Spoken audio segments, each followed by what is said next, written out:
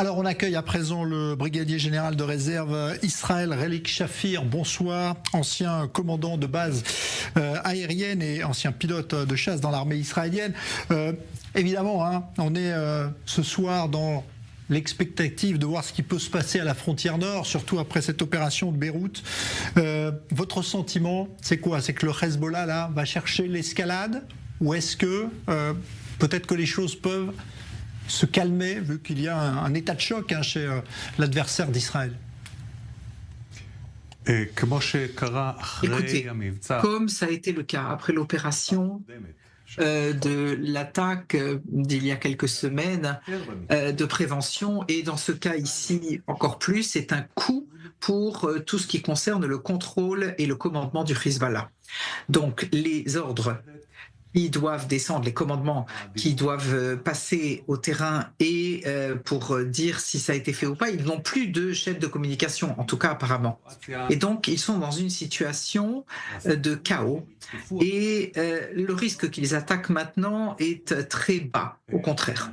D'ailleurs, du point de vue tactique, ce qui serait bon du point de vue d'Israël maintenant, ce serait de les attaquer encore plus quand ils sont dans cette situation chaotique. Mais ça n'est pas sûr que ce soit le cas parce que s'il n'y a pas l'autorisation des Américains, ça fait partie des réflexions israéliennes, c'est de ne pas empêcher les élections américaines ou de ne pas y intervenir.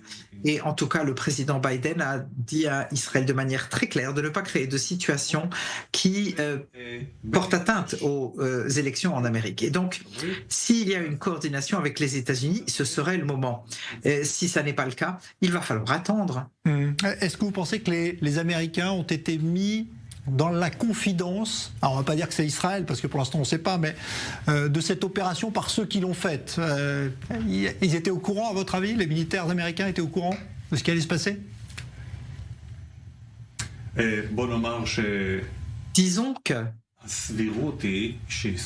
la probabilité qu'Israël généralement annonce que quelque chose va se passer. On l'a vu précédemment, quelques heures avant que ça n'arrive ou très peu de temps auparavant. D'un autre côté, pour ne pas permettre le veto. Donc c'est un jeu très délicat. Et je pense que ça a été le cas cette fois-ci, sauf si c'est un État scandinave qui a fait cette opération. Alors, imaginons, parce que c'est devenu maintenant clairement un objectif de guerre, de ramener les habitants d'Israël du Nord dans leur maison, leur permettre de revenir, parce que ça fait un an que ça dure. Imaginons qu'Israël décide d'enclencher une nouvelle opération, comme vous le disiez, pour permettre ce retour. Est-ce que seule une opération aérienne pourrait permettre cela, ou est-ce que ça passera nécessairement par une incursion au sol également? Je pense que ce serait obligatoire une entrée terrestre. Il y a deux étapes. Premièrement, éloigner le Hezbollah et les habitants au-delà de la ligne à partir de laquelle ils peuvent voir et observer nos villages. Donc là où ça a le contrôle de la zone de Rosh Pina et des autres localités, Kiryat Shmona et autres, donc les repousser au-delà de leur capacité de tir direct de missiles anti-tanks, mortiers et autres.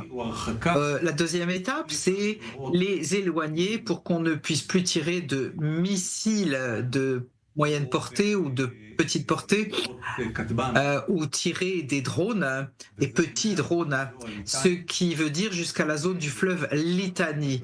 Et là, ce serait les repousser encore davantage et s'arrêter là.